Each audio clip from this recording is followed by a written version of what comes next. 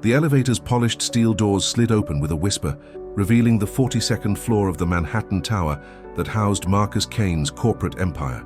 Elena Rodriguez stepped out, her worn sneakers silent against the marble floor that probably cost more than her family's annual rent back in Queens. The receptionist's perfectly manicured fingers paused over her keyboard as she took in Elena's appearance. Thrift store blazer, carefully mended at the elbow, and a resume printed on regular paper instead of the expensive cardstock the previous candidates had carried. Ms. Rodriguez for the nanny position. The receptionist's smile was polite but strained, as if she were already calculating how quickly this interview would end. Mr. Kane is waiting in his office. Elena's heart hammered against her ribs as she followed the marble hallway lined with abstract paintings that probably cost more than most people's cars. Through floor-to-ceiling windows, Central Park stretched out below like a green carpet, but she barely noticed the view. Her mind was too busy rehearsing the answers she'd practiced in the subway mirror that morning, trying to convince herself she belonged here despite everything screaming that she didn't. The office doors were solid mahogany, imposing and intimidating. Eleanor knocked twice and heard a deep voice call, "Come in." Marcus Kane stood behind a desk the size of her entire bedroom, his back to her as he stared out at the city skyline. Even from behind, he commanded attention, broad shoulders filling out an expensive suit, dark hair perfectly styled, every inch of him radiating the kind of confidence that came with having the world at your fingertips. When he turned around, Eleanor felt her breath catch. She'd seen his photo in business magazines, but in person, Marcus Kane was devastatingly handsome in a way that made her acutely aware of her second-hand clothes and nervous energy. His eyes, a piercing grey blue, swept over her with clinical assessment. Eleanor had expected judgment, but what she saw in his expression was something else entirely. Exhaustion. Deep, bone-weary exhaustion that no amount of expensive suits or corner offices could hide. "Ms. Rodriguez," his voice was clipped, professional. "I'll be direct. You're the 7th nanny interview this month. The previous 6 lasted an average of 3 days before quitting. Are you sure you want this position?" Eleanor straightened her shoulders, drawing on reserves of strength she'd built from years of helping raise her 3 younger siblings while their mother worked double shifts at the hospital. "Yes, sir, I am. The salary is $60,000 annually, with room and board provided in the staff quarters. The children are 6-year-old twins, Emma and James. Their mother." He paused, and for just a moment the composed CEO facade cracked, revealing something raw and vulnerable underneath. "Their mother passed away 8 months ago. Car accident." The words hung in the air between them, heavy with grief that Marcus Kane clearly wasn't used to expressing. Elena felt her chest tighten with sympathy, but she kept her expression steady and professional. "I'm sorry for your loss, Mr. Kane." He nodded curtly, as if dismissing both her condolences and his own moment of weakness. "The children have been difficult. They've driven away every caregiver we've hired. Mrs. Henderson, who's been with the family for years, helps during the day, but she's getting older and can't handle the overnight responsibilities anymore." Eleanor pulled out her resume, the paper slightly wrinkled from her nervous grip. "I have experience with challenging children, Mr. Kane. I've been caring for my siblings since I was 12, and I worked at St. Mary's Children's Home for 2 years while finishing my education degree." Marcus took the resume but barely glanced at it. "Tell me about the most difficult child you've worked with." The question brought back memories Elena usually tried to keep buried. Nights when her youngest brother Miguel would wake up screaming from nightmares after their father left. Days when her sister Sophia would refuse to speak for hours after kids at school made fun of her hand-me-down clothes. But those experiences had taught her something that no fancy childcare certification could: how to see past a child's behavior to the hurt underneath. "My brother Miguel was 8 when our father left," Elena said quietly. "For months he would lash out at everyone, hitting, screaming, breaking things. Everyone said he was just a bad kid, but I knew he was scared and angry and didn't know how to process those feelings. It took time, patience, and a lot of love, but eventually he learned to trust that I wasn't going anywhere." Something shifted in Marcus's expression as he studied her face. "And what makes you think my children's situation is similar?" "Grief makes people do things they wouldn't normally do," Elena replied. "Children especially. They don't have the words for what they're feeling, so they act out instead. From what you've described, Emma and James aren't bad children. They're hurting children." For a long moment, Marcus was silent. Then he pressed a button on his desk. "Mrs. Henderson, please bring the twins to my office." Eleanor's palms grew damp as footsteps approached the office. The door opened and an elderly woman with silver hair and kind eyes appeared, gently guiding two small figures into the room. Emma and James Kane were beautiful children who looked like miniature versions of their father, the same dark hair, the same striking eyes, the same stubborn set to their jaws. But where Marcus carried himself with confidence, the twins radiated defiance mixed with something that made Elena's heart ache, the carefully constructed walls that children build around themselves when they've been hurt too deeply. Emma wore a pristine white dress that probably cost more than Eleanor's monthly Metro card, but there was a small stain on the collar and her hair was slightly mussed, as if she'd been running her fingers through it. James stood with his arms crossed, his button-down shirt untucked and his shoes untied, every inch of his posture screaming rebellion. "Emma, James, this is Miss Rodriguez. She might be your new nanny." Emma's response was immediate and cutting. "We don't need a nanny, we already told you that. The last lady cried when I put mud in her purse," James added, with a mixture of pride and challenge in his voice. Mrs. Henderson's cheeks flushed pink. "James Kane, we've discussed your behavior. It's all right, Mrs. Henderson," Elena said softly, crouching down so she was at eye level with the twins. "Emma, James, I'm Elena. I heard you've been having a tough time with the grown-ups your dad hired." Emma's eyes narrowed suspiciously. "Are you going to try to make us like you by giving us candy and letting us stay up late?" "No," Elena replied honestly. "I'm not going to try to make you like me at all. Liking someone takes time and you don't know me yet, but I am going to try to understand you." James kicked at the expensive carpet with his untied shoe. "The other ladies said they understood us too. Then they left." Elena felt a pang of recognition in his words, the same guarded disappointment she'd heard in her own siblings' voices when another adult had let them down. "You're right. People say a lot of things they don't mean, but I can promise you one thing. If your dad decides to hire me, I won't leave just because things get hard. Everyone leaves," Emma said quietly, and in those two words, Elena heard the real source of their behavior. These children weren't acting out because they were spoiled or difficult. They were testing every new caregiver to see how long it would take before they abandoned them too, just like their mother had been forced to do. Marcus watched the interaction with intense focus, his businessman's instincts clearly analyzing every word and gesture. Eleanor could feel his eyes on her as she continued talking to the twins, but she kept her attention on Emma and James. "What happened to the last nanny?"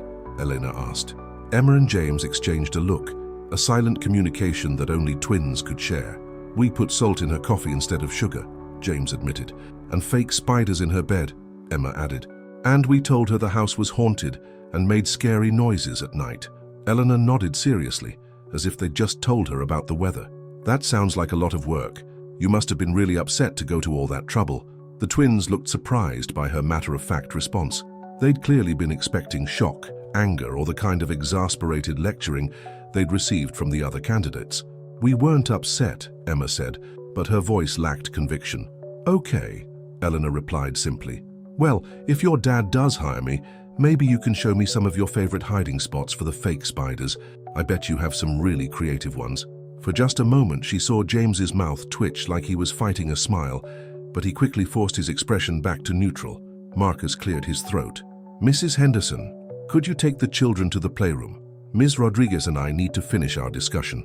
As soon as the office door closed behind them, Marcus turned to Elena with an expression she couldn't quite read. "That was unexpected. They're good kids, Mr. Kane, they're just scared." "Scared?" Marcus's eyebrows rose. "They've terrorized 6 grown women into quitting. That hardly seems like fear." Eleanor chose her words carefully. "When you've lost the most important person in your world, testing the people who might replace them becomes a survival mechanism. They're not trying to drive people away because they don't want help. They're trying to see who cares enough to stay when things get difficult." Marcus was quiet for a long moment, his fingers drumming against his desk as he processed her words. Elena could see him weighing her response against what he'd observed, his analytical mind trying to reconcile her interpretation with his own experiences. "You really think you can handle them?" he asked finally. "I think they can handle having someone who won't give up on them the first time they act like children who are grieving their mother." The words hung in the air between them, and Elena immediately wondered if she'd been too direct, too honest. But Marcus's expression wasn't angry. It was thoughtful, almost relieved, as if someone had finally named something he'd been struggling to understand. After what felt like an eternity, Marcus stood up and extended his hand. "The job is yours, Ms. Rodriguez. Can you start tomorrow?" Eleanor shook his hand, trying to ignore the way her pulse jumped at the contact. "Yes, sir. Thank you for this opportunity." "Don't thank me yet," Marcus replied with the hint of a rueful smile. "You might change your mind after your first week." As Elena left the towering office building and stepped back onto the bustling Manhattan sidewalk, she felt a mixture of excitement and terror coursing through her veins. She'd just agreed to move into the home of one of the country's most powerful CEOs and care for his grieving children, children who had systematically driven away every other caregiver with their elaborate pranks and defensive behavior. But as she thought about Emma's guarded eyes and James's defiant posture, Eleanor felt something she hadn't experienced in a long time, a sense of purpose that went beyond just paying her bills or helping her family. These children needed someone who could see past their behavior to the pain underneath, someone who understood that love sometimes looked like staying when everything else fell apart. She pulled out her phone to call her mother with the news, already mentally preparing for the move that would take her from her cramped studio apartment in Queens to the rarefied world of Manhattan's elite. Tomorrow, her real work would begin, not just as a nanny, but as someone who might help two broken children learn to trust again. The late afternoon sun cast long shadows across the street as Eleanor walked toward the subway, unaware that her life had just taken a turn that would change everything, not just for Emma and James Kane, but for their father as well. Eleanor's hands trembled slightly as she pressed the gleaming brass button of the Kane family's Fifth Avenue penthouse the next morning. Her life fit into two worn suitcases and a cardboard box that contained her most precious possessions, family photos, her education degree, and her mother's rosary.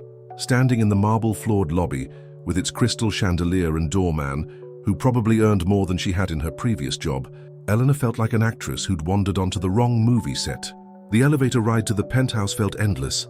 Elena watched the floor numbers climb, 20, 30, 40, 45, each one taking her further from the world she knew and deeper into territory that felt impossibly foreign. When the doors finally opened directly into the Kane family's private foyer, Elena's breath caught in her throat. The apartment was stunning in a way that made her childhood dreams of luxury seem small and unimaginative. Floor-to-ceiling windows offered panoramic views of Central Park, while artwork that belonged in museums hung casually on walls, painted in sophisticated creams and grays. Fresh flowers, real ones, not the plastic kind her family had always used, filled crystal vases on surfaces that gleamed with the kind of care that came from having a full housekeeping staff.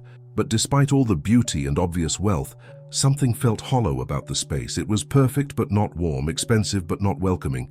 Eleanor realized it felt more like a museum than a home where children lived and played. "Ms. Rodriguez." Mrs. Henderson appeared from what Elena assumed was the kitchen, wiping her hands on a pristine apron. The elderly housekeeper's smile was genuine but tinged with something that looked like concern. "Welcome to the Kane household. I do hope you'll settle in well." "Thank you, Mrs. Henderson." "Please call me Elena." "Elena it is, dear." Mrs. Henderson's voice carried the faint trace of an Irish accent. "I've been with this family for 15 years, since before the twins were born. I've watched 6 nannies come and go in the past 8 months, so forgive me if I seem a bit cautious about getting attached." Eleanor heard the warning beneath the kindness, not a threat, but the protective concern of someone who'd watched too many people walk away when things got difficult. "I understand. I imagine it's been hard on everyone." Mrs. Henderson's expression softened slightly. "The children are in the playroom, Mr. Kane left for the office an hour ago. He wanted to give you time to settle in without him hovering. Shall I show you to your quarters first?" Eleanor's room was larger than her entire previous apartment, with its own bathroom and a view of the city that took her breath away. The furniture was simple but elegant, nothing like the hand-me-down pieces she'd grown up with, but not so lavish that she felt like she couldn't touch anything. Someone had thought carefully about making the space comfortable without being intimidating. "This is beautiful," Eleanor said softly, setting her suitcases down on the plush carpet.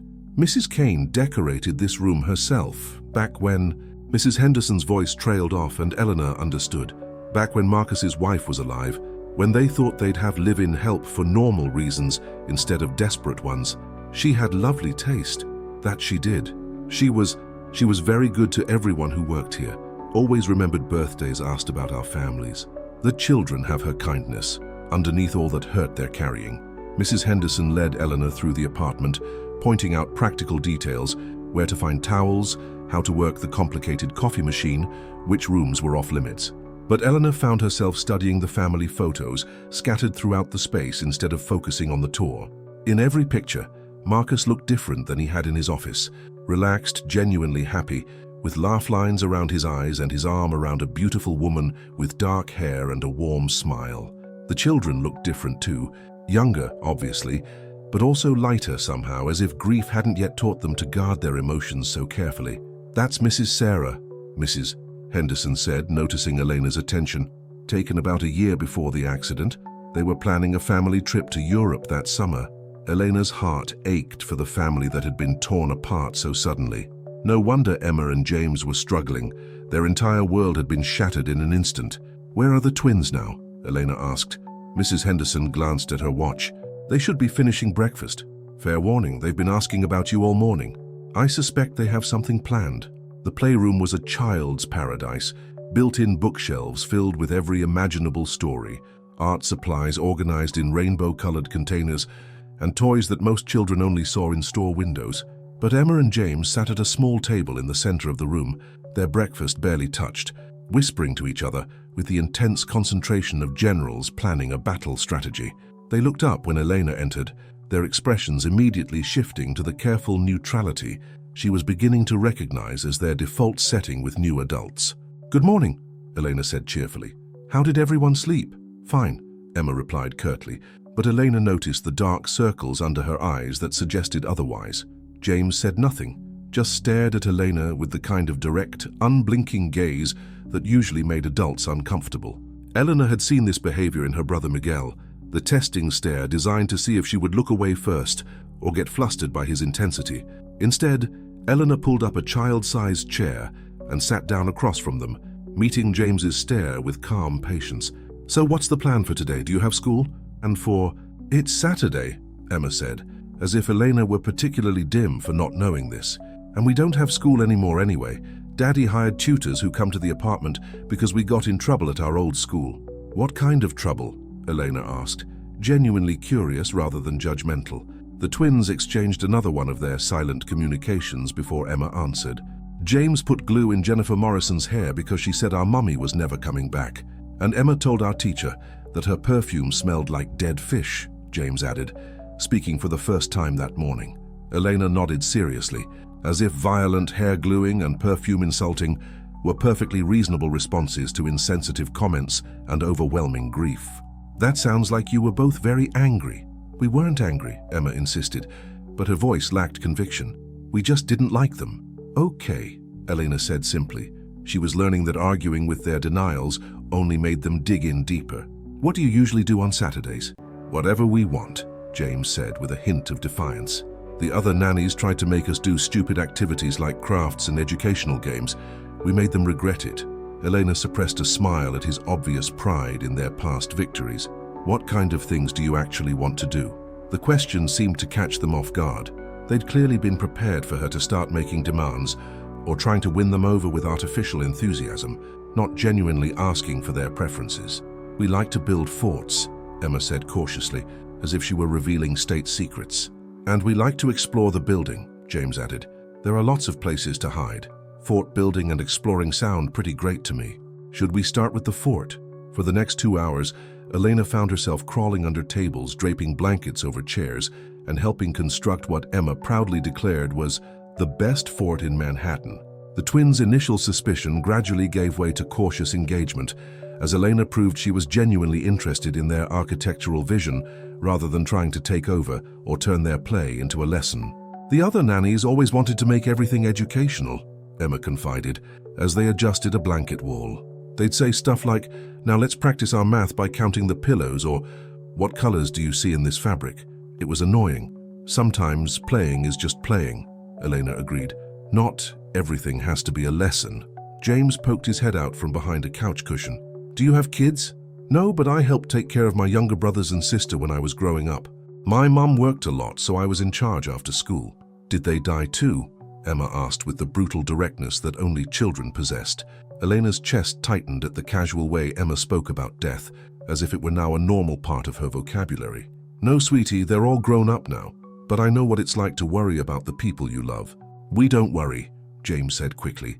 "Daddy says worrying doesn't help anything." "Your daddy's probably trying to protect you," Eleanor replied carefully. "Sometimes grown-ups think if they don't talk about scary feelings, they'll go away. But feelings don't really work like that." Emma emerged from the fort, her hair mussed and her expensive dress wrinkled from crawling around on the floor. "The other nannies always tried to get us to talk about our feelings. They'd say things like, 'How does that make you feel?'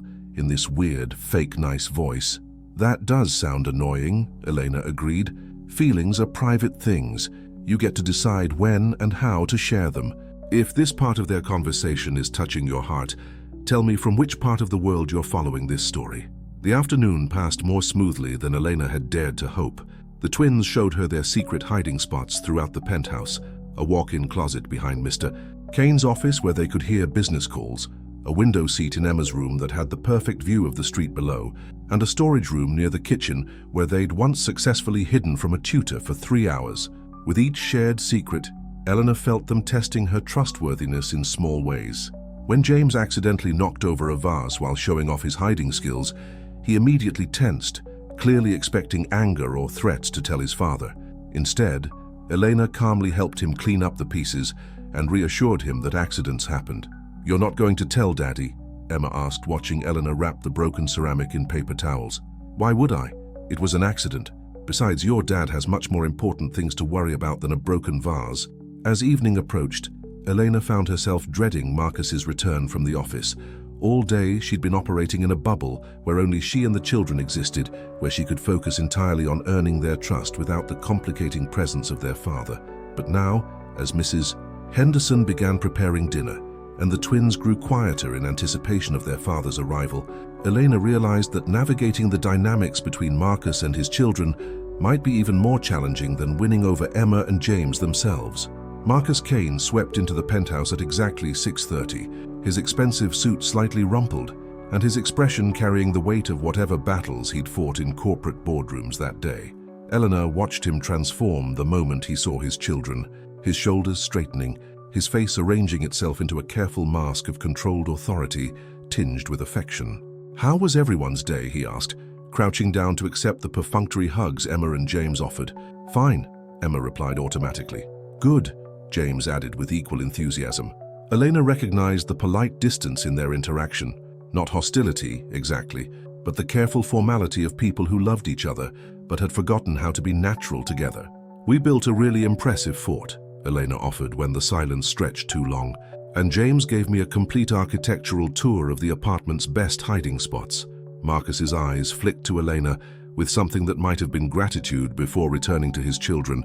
"That sounds like quite an adventure. Should we have dinner?" Dinner was served in a formal dining room that could have seated 12, with Emma and James sitting like small, well-mannered guests at their own family table. Eleanor found herself watching the careful way Marcus interacted with his children, loving but distant, as if he were afraid that getting too close might somehow break them or himself. "Eleanor didn't make us do any stupid educational activities," James announced during the main course. "James," Marcus said sharply. "Language." "It's okay," Eleanor interjected gently. "He's right that I didn't plan any structured activities today. I wanted to see what they were naturally drawn to first." Marcus studied her across the table, his expression unreadable. "And what did you observe?" Elena chose her words carefully, aware that Emma and James were listening intently. "They're creative, intelligent children who know how to entertain themselves when given the freedom to do so. They're also very protective of each other and quick to test boundaries with new adults." "The fort was really cool, Daddy," Emma said suddenly, her voice carrying the first genuine enthusiasm Elena had heard from her all day. "Elena helped us make secret tunnels and everything." For just a moment, Marcus's carefully controlled expression cracked, revealing something raw and grateful underneath. "I'm glad you had fun, sweetheart." After dinner, Elena supervised the twins' bedtime routine, baths, teeth brushing, pajamas, and the complex negotiation over which stuffed animals were allowed in bed. Both children had obviously perfected the art of bedtime stalling, but Elena had learned from years with her siblings that picking battles wisely was the key to eventual cooperation. "Elena," Emma called as Elena was turning off the light. "Yes? Are you going to quit like the others?" The question hung in the air, loaded with all the abandonment and disappointment these children had already experienced in their short lives. Eleanor felt the weight of the promise she was about to make, understanding that breaking it would confirm every fear Emma and James had about trusting new people. "No, sweetie, I'm not going to quit." "How do we know?" James asked from his own bed across the room. Elena sat down on the edge of Emma's bed, looking at both children in the soft glow of their nightlight. "I guess you don't know for sure. Trust is something that gets built over time, not just with words. But I can tell you that I've never walked away from children who needed me, and I don't plan to start now." Emma nodded seriously, as if she were filing away this promise to examine later for flaws or false promises. As Elena closed the bedroom door and walked back toward the living room, she found Marcus waiting for her in the hallway, his expression serious. "They seem to have taken to you," he said quietly. "It was a good first day. They're wonderful children, Mr. Kane." "Marcus," he corrected automatically, then seemed surprised by his own informality. "You can call me Marcus when we're not around the children." Elena nodded, trying to ignore the way her pulse jumped when he said his name. "They've been through so much. It's going to take time to rebuild their sense of security." "Time," Marcus repeated, and Elena heard exhaustion in the word. "Everyone keeps telling me it takes time. My board of directors think I should send them to boarding school, get them the professional help they need, while I focus on running the company." The idea of sending Emma and James away when they were already struggling with abandonment made Elena's chest tighten with protective anger, but she kept her voice calm. "What do you think?" Marcus ran a hand through his dark hair, messing up the perfect styling for the first time since she'd met him. "I think I'm failing them. I think Sarah would have known exactly what to do, and I'm just stumbling through, hoping I don't make everything worse." In that moment, Elena saw past the powerful CEO exterior to the grieving husband and overwhelmed father underneath. Marcus Kane might have commanded corporate empires, but loss had left him feeling as helpless as his children. "You're not failing them," Elena said gently. "You're learning how to be their only parent in impossible circumstances. That takes time too." Marcus looked at her with an expression she couldn't quite read. Surprise, maybe, or relief at hearing someone acknowledge how hard this was for him too. "I should let you settle in," he said finally. Tomorrow we'll see how day 2 goes." As Eleanor made her way to her new room, she reflected on the strange turns her life had taken. 24 hours ago, she'd been living in a studio apartment in Queens, wondering how she'd make next month's rent. Now she was living in a Fifth Avenue penthouse, responsible for 2 grieving children and somehow becoming a confidant to their overwhelmed father. Through her bedroom window, the lights of Manhattan twinkled like stars, beautiful and distant. Somewhere in this glittering city were people who belonged in this world of wealth and privilege, who knew the right things to say and do in situations like these. Elena wasn't one of those people, but maybe, she thought as she unpacked her few belongings, that was exactly why Marcus Kane had hired her. Eleanor woke up to the sound of muffled crying coming from somewhere in the penthouse. The digital clock on her nightstand glowed 2:47 a.m. in stark red numbers, and for a moment she lay still, wondering if she'd imagined the sound. Then she heard it again, quiet sobs that seemed to be coming from the direction of the twins' bedroom.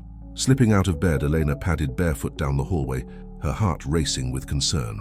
The crying was definitely coming from Emma and James's room, but when she gently pushed open the door, both children appeared to be asleep in their beds. It wasn't until she stepped closer that she realized the sound was coming from Emma, who was crying in her sleep, her small body curled into a tight ball under her expensive Egyptian cotton sheets. "Mommy, please come back," Emma whispered in her sleep, her voice broken and desperate. "I promise I'll be good, I promise." Eleanor's chest tightened with grief for this little girl who was bargaining with the universe even in her dreams. She'd seen this kind of magical thinking in her youngest brother after their father left, the belief that if he could just be perfect enough, somehow the missing parent would return. Moving quietly so as not to wake James, Eleanor sat on the edge of Emma's bed and gently stroked her hair until the crying subsided and Emma's breathing evened out. Even in sleep, Emma seemed to sense the comfort, unconsciously leaning into Elena's touch. Elena was about to return to her room when she heard another sound, this time from the direction of Marcus's office. Soft yellow light spilled from under the door, and she could hear the faint sound of typing. It seemed she wasn't the only one in the Kane household who couldn't sleep. She debated whether to check on him or return to her room, but something about the late hour and the vulnerability she'd just witnessed in Emma made her knock softly on the office door. "Come in," Marcus's voice called, sounding tired but not surprised. Elena found him still in his dress shirt from dinner, though he'd loosened his tie and rolled up his sleeves. His laptop was open on the desk, and scattered papers suggested he'd been working for hours. The soft light from his desk lamp cast shadows under his eyes, making him look older and more worn than he had during the day. "I heard Emma crying," Elena said quietly. "She's sleeping now, but I thought you should know." Marcus's fingers stilled on the keyboard, and his shoulders sagged slightly. The nightmares! It seemed like it. She was asking her mother to come back, promising to be good. Marcus closed his laptop and rubbed his eyes with the heels of his palms. They started about a month after the accident. The pediatric therapist said they're normal, that grief affects children differently than adults. Eleanor noticed he said they, but hadn't mentioned whether James had nightmares too. What about James? He doesn't cry. He just stops talking for days at a time.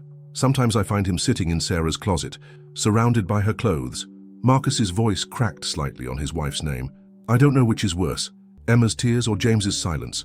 The raw honesty in his admission caught Elena off guard. During the day, Marcus was all controlled competence and careful authority, but here in the soft darkness of his office, with exhaustion stripping away his defenses, she saw the broken man underneath. You can't sleep either, Eleanor observed, noting the time on his computer screen.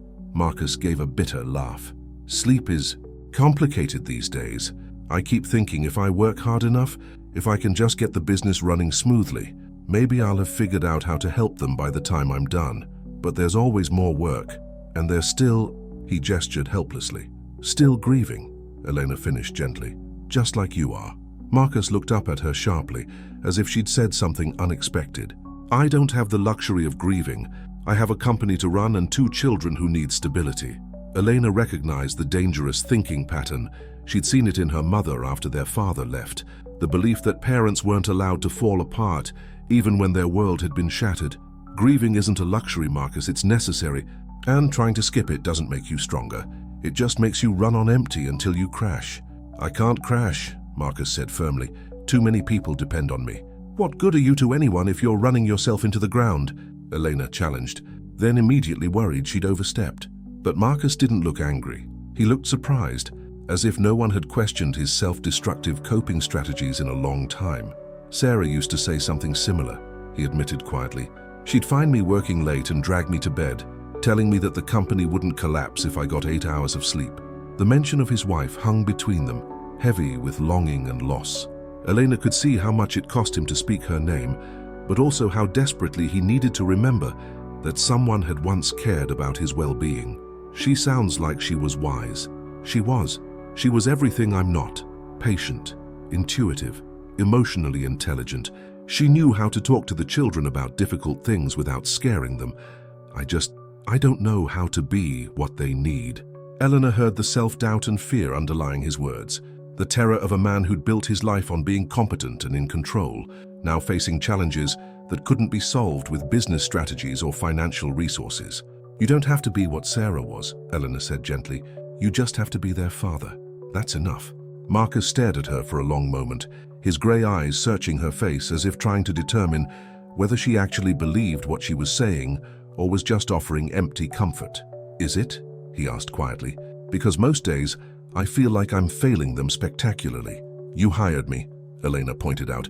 You recognized they needed help and you got it for them. You rearranged your entire household to accommodate their needs. You're trying to learn how to help them process their grief. That's not failing. That's loving them enough to admit you don't have all the answers. Something shifted in Marcus's expression as he processed her words. You have a way of making things sound simpler than they feel. Not simpler, just different perspective, maybe. Sometimes when you're in the middle of something overwhelming, it's hard to see the things you're doing right. They sat in comfortable silence for a moment, the weight of shared concern for Emma and James creating an unexpected intimacy between them. Eleanor found herself studying Marcus's profile in the lamplight, noting the strong line of his jaw and the way exhaustion had softened the sharp edges of his corporate armor. You should try to get some sleep, Eleanor said finally. Tomorrow's another day with 2 very observant children who notice everything, including when their father is running on fumes. Marcus smiled, the first genuinely relaxed expression she'd seen from him. You're probably right. Thank you, Elena, for checking on Emma and for this conversation. As Elena made her way back to her room, She reflected on the unexpected turn the evening had taken. She'd come to work as a nanny, but somehow she was becoming something more. A confidant maybe, or simply another adult in this household who could see that everyone was struggling and no one had to carry their burden alone. The next morning brought new challenges. Elena woke to find James sitting in the kitchen with Mrs. Henderson, methodically tearing his toast into tiny pieces instead of eating it. His expression was blank, distant, and when Elena said good morning, he didn't respond. "He's having one of his quiet days," Mrs. Henderson explained softly. "Started this morning, won't speak, barely acknowledges anyone." Elena felt her heart break a little for this small boy, who'd found his own way to cope with feelings too big for words. She'd seen similar behavior in her brother Miguel during particularly difficult periods, the retreat into silence when the world felt too overwhelming to engage with. "Where's Emma?" Elena asked. "Still sleeping. She had a rough night. Another nightmare around 4 a.m. Elena nodded, remembering her midnight encounter with Emma's sleep-talking. "Should I try to talk to James or give him space?" "The other nannies usually tried to force him to respond," Mrs. Henderson said with disapproval in her voice. "Made things worse, if you ask me."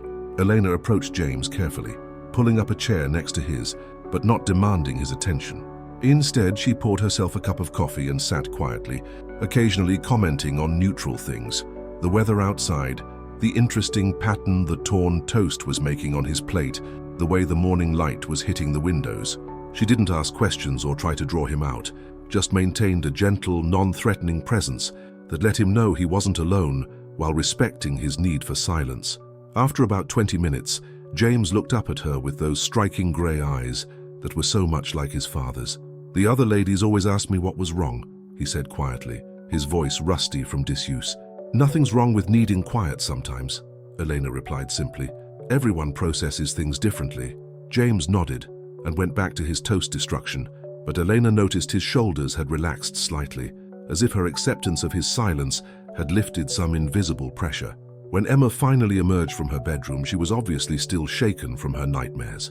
Her hair was tangled, her eyes were puffy from crying, and she moved with the careful fragility of someone trying not to shatter. "Rough night, sweetheart?" Elena asked gently.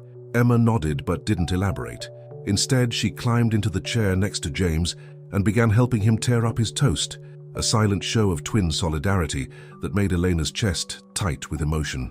Marcus appeared in the kitchen shortly after, already dressed for work but moving more slowly than usual. Elena noticed the dark circles under his eyes and realized he probably hadn't managed to get much sleep after their conversation. "Good morning," he said, his voice carefully cheerful as he looked at his children. "How is everyone today?" "Fine," Emma mumbled automatically. James said nothing, which made Marcus's jaw tighten with barely concealed frustration and worry. Elena caught Marcus's eye and gave him a subtle shake of her head, a signal to let this moment be what it was, instead of trying to force normalcy. Marcus hesitated, clearly struggling with his instinct to fix or manage the situation, but ultimately followed her lead. "Well, I'll be in meetings most of the day," Marcus said, accepting a cup of coffee from Mrs. Henderson. "Elena, please call if you need anything." After Marcus left for work, Elena found herself alone with two children who were clearly struggling but had no vocabulary for expressing what they were feeling. The previous day's tentative progress felt fragile in the harsh light of morning, and Elena realized that building trust with Emma and James wasn't going to be a linear process. "Where are you watching this story from? I'd love to know which city you're joining me from as we navigate this family's journey together." The breakthrough came unexpectedly that afternoon. Eleanor had given up trying to engage the twins in any structured activities and was simply sitting with them in their fort from the day before, reading a book while they played quietly with blocks. The silence wasn't uncomfortable. It felt more like a peaceful coexistence, three people sharing space without demands or expectations. That's when James suddenly spoke.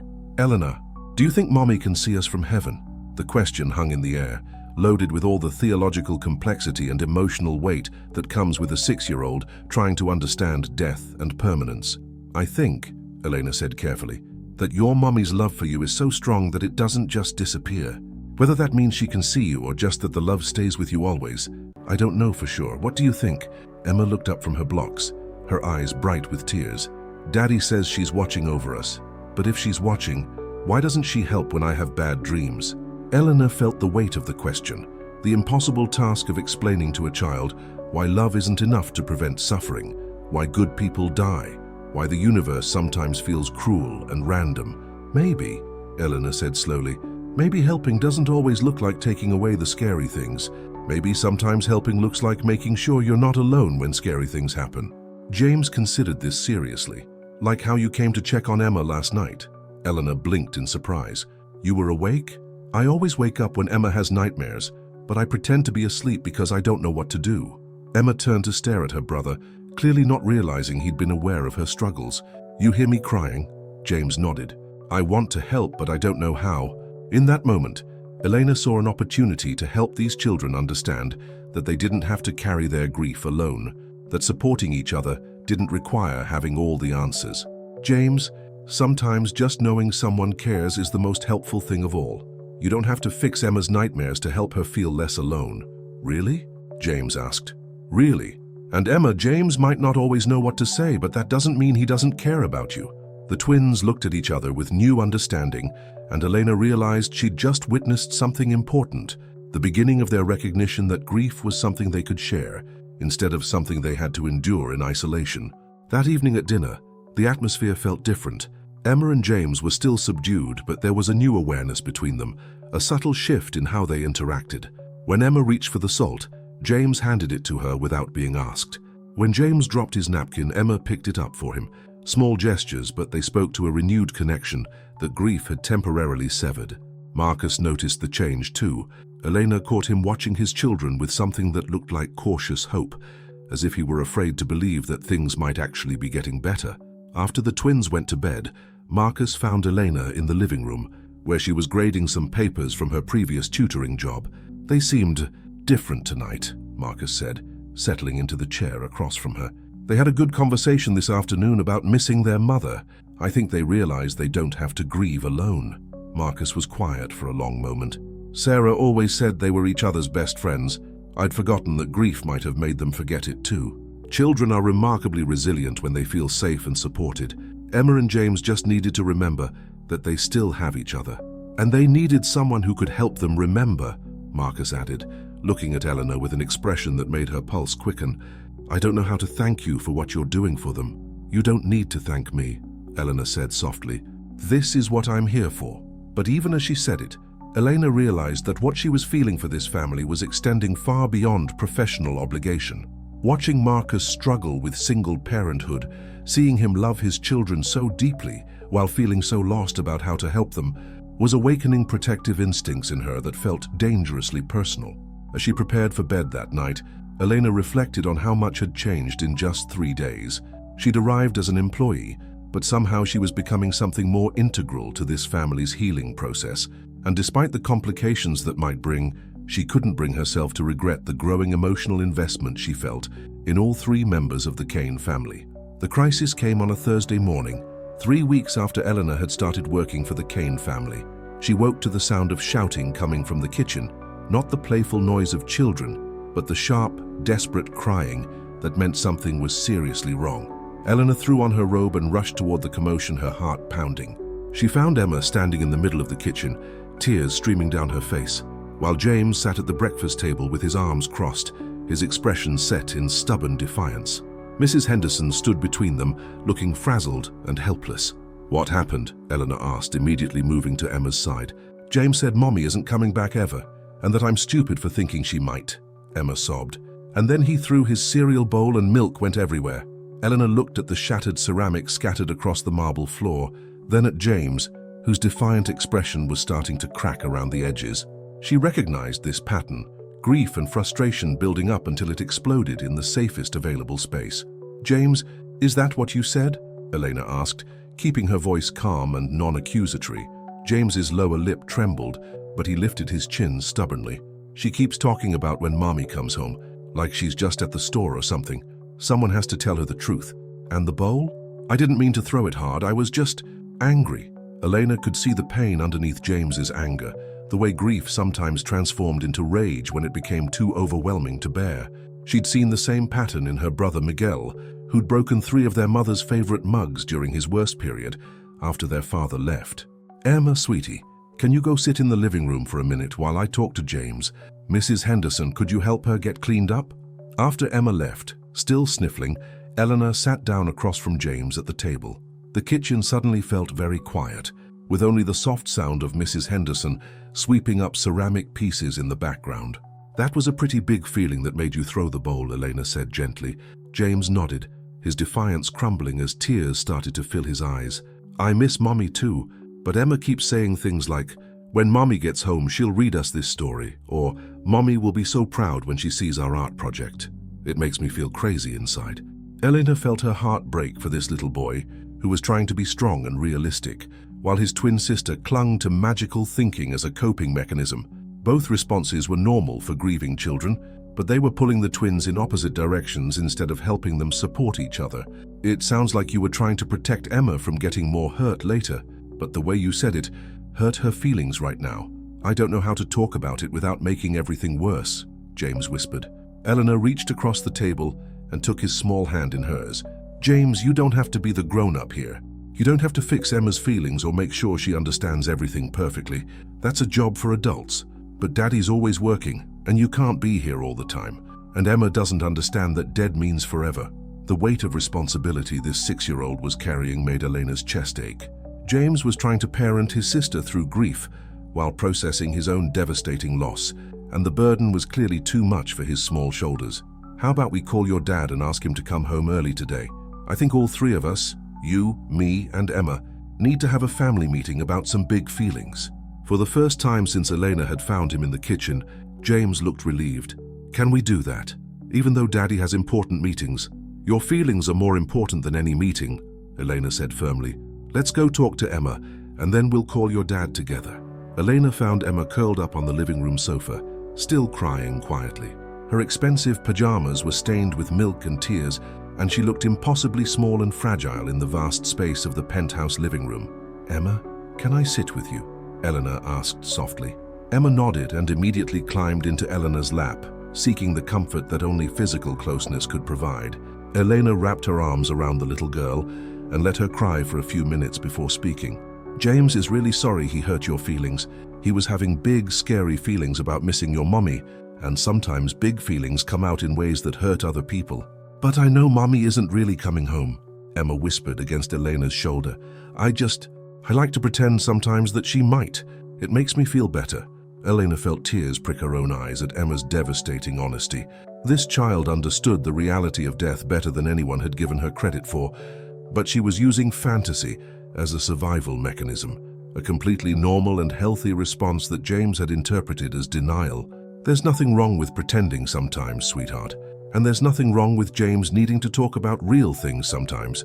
You're both just trying to feel better in different ways." When James appeared in the doorway, looking uncertain and guilty, Eleanor gestured for him to join them on the sofa. "James wants to apologize to you, Emma." James climbed up next to his sister, his voice small and sincere. "I'm sorry I was mean. I didn't mean to make you cry. I get scared when you talk about Mommy coming home because I don't want you to be sad when you remember she can't." Emma turned to look at her brother, and Elena watched something important happen between the twins, a moment of recognition and forgiveness that spoke to the deep bond they shared underneath their grief. "I get scared too," Emma admitted. "I pretend because being sad all the time is too hard. Maybe we could be scared together sometimes," James suggested tentatively.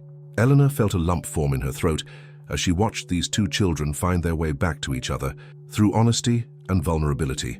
This was what healing looked like. Not the absence of pain, but the willingness to share it with people who loved you. The phone call to Marcus was brief but effective. Elena explained the situation calmly, emphasizing that while there had been an incident, everyone was safe and working through it together. Marcus's response surprised her. "I'm leaving now," he said without hesitation. "Cancel everything for the rest of the day." "Are you sure? I know you have that board meeting. Elena, my children need me. Everything else can wait." 45 minutes later, Marcus burst through the penthouse door looking like he'd run the entire way from his office. His usually perfect hair was disheveled, his tie was askew, and there was genuine panic in his eyes as he scanned the living room where Eleanor sat reading to the twins. "Is everyone okay?" he asked breathlessly. "We're okay, Daddy," Emma said, looking up from where she was snuggled against Elena's side. "James and I had a big fight, but we talked about it." Marcus's shoulders sagged with relief as he took in the peaceful scene, his children calm and content, Elena maintaining the stable presence they needed. He loosened his tie and sat down on the coffee table facing them, bringing himself to their eye level. "Tell me what happened," he said gently. For the next hour, Elena facilitated a family conversation unlike anything the Canes had experienced since Sarah's death. She helped Emma and James articulate their different coping mechanisms, guided Marcus in understanding how normal both responses were, and created space for all three of them to acknowledge how hard grief was to navigate. "I think," Marcus said slowly, "I've been so focused on trying to get back to normal that I forgot we need to figure out what our new normal looks like." "There's no timeline for grief," Eleanor said softly, "and there's no right way to do it. Emma's pretending and James's realism are both valid ways of processing something impossible to understand." Marcus looked at his children with new eyes, seeing not problems to be solved, but small people doing their best to survive an unimaginable loss. "I'm sorry I haven't been more available to help you both work through these feelings. You're here now," Emma said simply, and Marcus's eyes filled with tears at the forgiveness in her voice. James, who had been quietly listening to the adult conversation, suddenly spoke up. "Daddy, do you have big feelings about Mommy too?" The question hung in the air, and Elena watched Marcus struggle with how much vulnerability to show his children. She could see him weighing his instinct to protect them against their obvious need to see that grief was something they all shared. "Yes, buddy. I have very big feelings about Mommy. I miss her every single day." "Do you cry sometimes?" Emma asked curiously. Marcus glanced at Elena, who gave him an encouraging nod. "Sometimes I do cry, usually when I'm alone in my office or in my bedroom." "Maybe you could cry with us sometimes," James suggested with the innocent wisdom that children often possessed. "It might not feel so scary if we're all sad together." Eleanor watched Marcus absorb his son's words, saw the moment when he realized that his children weren't fragile beings who needed to be protected from his grief. They were fellow mourners who might find comfort in shared sorrow. That evening, after the twins had gone to bed, Elena found Marcus in the kitchen making tea instead of working in his office. The simple domesticity of the scene, the powerful CEO in his rolled-up shirt sleeves, carefully measuring honey into 2 mugs, felt intimate in a way that made Elena's heart skip. "Thank you," Marcus said without preamble as he handed her a steaming mug, "for calling me home, for knowing they needed me even when I didn't realize it myself." "They always need you," Eleanor replied gently. "You just finally gave yourself permission to prioritize that need." Marcus leaned against the kitchen counter, studying her face in the soft overhead lighting. "How did you know what to do today? With the fight? With helping them understand each other?" Elena considered the question carefully. "I recognized the pattern from my own family. When my father left, my siblings all handled it differently. Miguel got angry and destructive, Sofia withdrew completely, and little Carlos became clingy and anxious. I spent a lot of time learning how to help them support each other instead of seeing their differences as problems." "You were how old when you took on that responsibility?" 12 when he left, but I'd been helping with them since I was old enough to reach the stove." Marcus shook his head in amazement. 12 years old, and you understood more about family dynamics than I do at 35. "Not understanding," Elena corrected. "Just experience, and besides, you're learning, that's what matters." They stood in comfortable silence, sipping their tea and processing the emotional intensity of the day. Elena found herself hyper-aware of Marcus's presence, the way he'd rolled up his sleeves revealing strong forearms, the slight stubble on his jaw that suggested he'd skipped his usual careful grooming, the way his eyes kept finding hers across the kitchen. "Elena," Marcus said suddenly, his voice lower than usual, "can I ask you something personal?" Elena's pulse quickened at the intimate tone, but she nodded. "Why did you take this job? Really? Not the official answer you gave in the interview, but the real reason." The question caught Elena off guard. She'd been so focused on understanding the Kane family's motivations that she hadn't examined her own with the same scrutiny. "I needed the money," she said honestly, "but also, I recognized something in Emma and James that I understood. The way grief can make you feel invisible, like nobody sees your real feelings behind the behavior. I wanted to be the person who saw them." "And now?" Marcus asked. "Now that you've been here for 3 weeks, what makes you stay?" Elena looked at him across the kitchen, this man who'd trusted her with his most precious responsibilities, who'd left work without hesitation when his children needed him, who was learning to be vulnerable in ways that clearly terrified him. If you've ever experienced the moment when caring for someone's children becomes caring for their whole family, leave me a comment telling me which country you're listening from. "Now I stay because this family is healing," Elena said softly, "and I want to be part of that process." Marcus set down his mug and took a step closer to her, his eyes intense and searching. Is that the only reason? Elena's breath caught as she realized the conversation had shifted into dangerous territory, the space where professional boundaries blurred into something much more personal and complicated. She could see in Marcus's expression that he was asking about more than her commitment to the children, and the smart, safe answer would be to deflect or redirect. Instead, she found herself being honest. "No," she whispered, "it's not the only reason." The admission hung between them, changing everything and nothing simultaneously. They were still employer and employee, still grieving widower and hired caregiver, still people from completely different worlds. But they were also two adults who'd found themselves drawn together by shared concern for Emma and James, who'd discovered unexpected compatibility in crisis, who were beginning to see each other as more than their official roles. Marcus took another step closer, close enough that Elena could see the flecks of gold in his grey eyes, could smell the faint scent of his cologne mixed with the exhaustion of a long day. "Elena," he said quietly, her name sounding different in his voice than it ever had before. Before either of them could cross the line they were both approaching, the sound of small feet on marble interrupted the moment. Emma appeared in the kitchen doorway, her hair mussed from sleep, and her favorite stuffed elephant clutched in her arms. "I had another bad dream," she said quietly, looking between Elena and her father with the intuitive awareness that children possessed for adult emotions. The spell broke, and Elena immediately moved toward Emma, while Marcus stepped back, both of them remembering their responsibilities and the complexity of the situation they were navigating. "Come here, sweetheart," Elena said, scooping Emma into her arms. "Let's get you back to bed." As Elena carried Emma toward the bedroom, she felt Marcus's eyes on her back and knew that something fundamental had shifted between them tonight. The question was whether that shift would complicate their carefully balanced dynamic or help them find a new way forward together.